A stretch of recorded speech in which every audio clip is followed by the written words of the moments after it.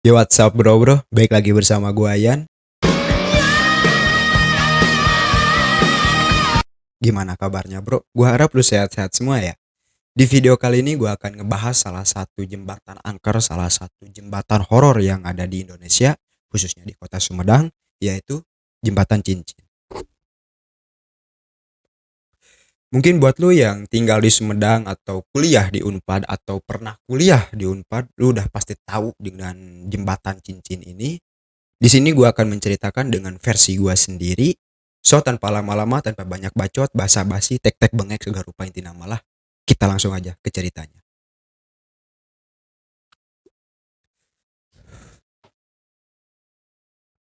Jembatan Cincin adalah jembatan yang dibangun oleh perusahaan kereta api milik Belanda yang bernama Staatsspoorwegen Vereniging Spoorweg Bedrich pada tahun 1917 yang berlokasi di Jalan Cikuda, Jatinangor, Kabupaten Sumedang, Provinsi Jawa Barat.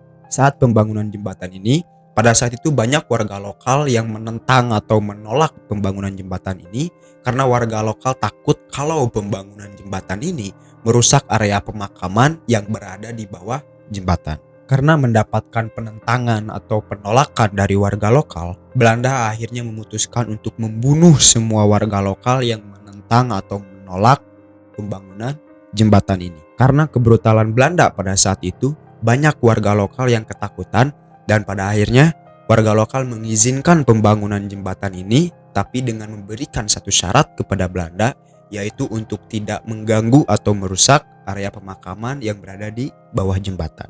Belanda pun menyetujuinya, dibangunlah jembatan cincin ini di atas area pemakaman. Tapi bukan penjajah namanya kalau tidak menerapkan sistem kerja rodi. Banyak warga lokal pada saat itu yang menjadi korban sistem kerja rodi, mulai dari anak-anak, orang dewasa, juga wanita. Dalam pembangunannya, banyak dari warga lokal yang tidak diberi makan sedikit pun juga tidak diperhatikan keselamatannya saat membangun jembatan ini. Warga lokal harus melompat dari atas jembatan sampai ke bawah saat ada kereta api yang lewat. Yang dimana jarak dari atas jembatan sampai ke bawah itu cukup tinggi, yaitu sekitar 45 meter. Dan banyak juga dari warga lokal pada saat itu yang meninggal akibat kelaparan, juga meninggal akibat melompat dari atas jembatan sampai ke bawah. Setelah selesai pembangunannya, Belanda menggunakan jembatan ini sebagai penghubung dari daerah Ranca Ekek, Jatinangor, sampai ke Tanjung Sari untuk mengantarkan hasil perkebunan menggunakan kereta api yang melintasi jembatan ini. Cukup lama Belanda menguasai jembatan ini dan menguasai perkebunan yang ada di sekitaran jembatan ini. Namun semuanya berubah saat Jepang datang ke Indonesia dan mengalahkan Belanda pada tahun 1942. Karena Jepang menghentikan fungsi jembatan ini sebagai penghubung jalur kereta api dan Jepang membongkar semua jalur kereta api yang ada di jembatan ini dan hanya menyisakan pondasi jalur kereta api yang tersisa sampai sekarang. Nah, di balik kisah kelamnya, jembatan cincin ini mempunyai pemandangan yang sangat indah saat kalian melewati jembatan ini pada siang hari. Mulai dari Gunung Manglayang, Gunung Gelis, sampai ke jalur Bandung Sumedang yang meliuk-liuk. Edan parah pokok nama. Tapi beda lagi ceritanya kalau misalnya kalian melewati jembatan cincin ini pada malam hari. Bukan pemandangan yang akan kalian dapat, tapi gangguan dari mereka yang akan kalian dapat.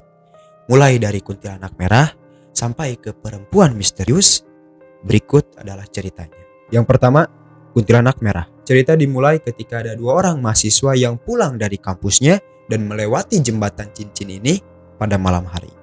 Mereka berdua bukan tidak mengetahui keangkeran jembatan cincin saat malam hari.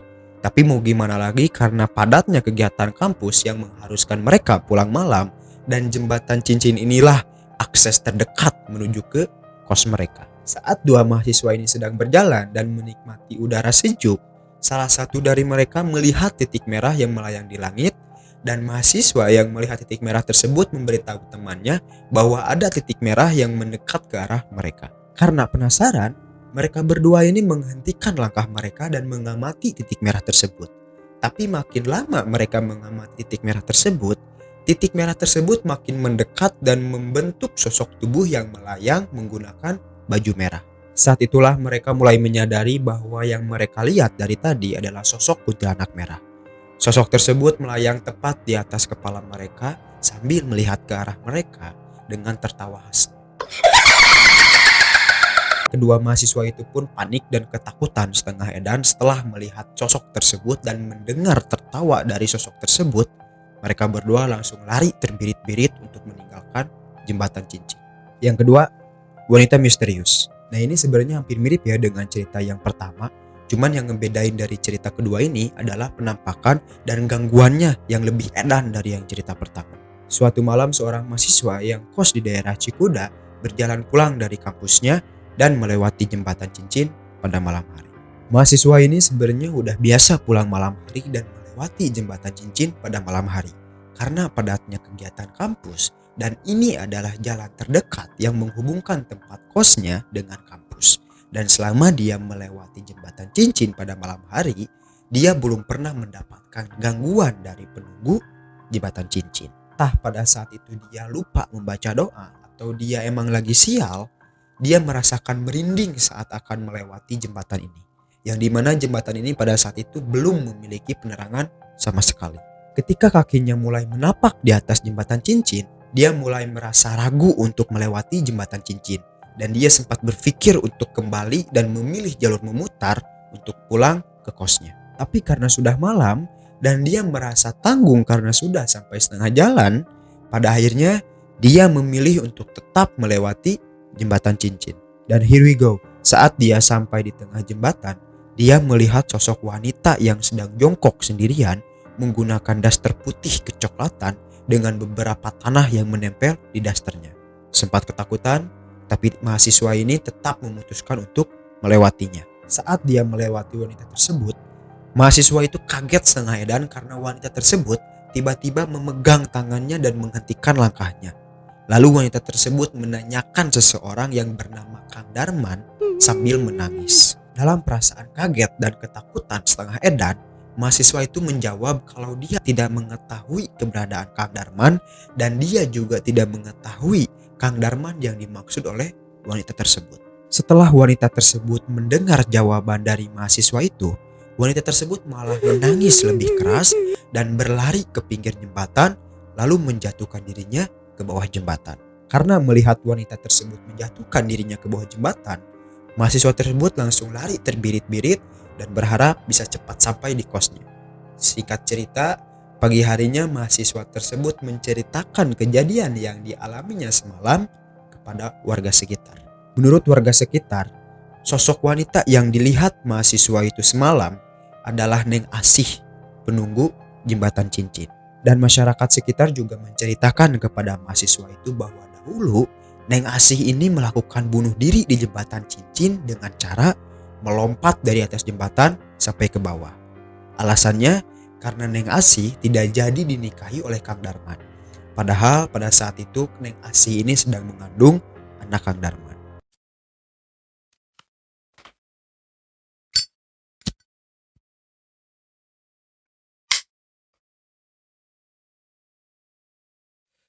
Oke, itulah sejarah, kisah kelam, dan keangkeran yang ada di jembatan cincin.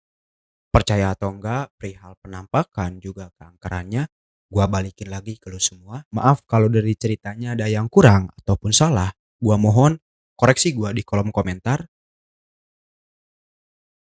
Saran dari gua seperti biasa, berdoalah saat lu melewati jalan angker atau mendatangi tempat angker.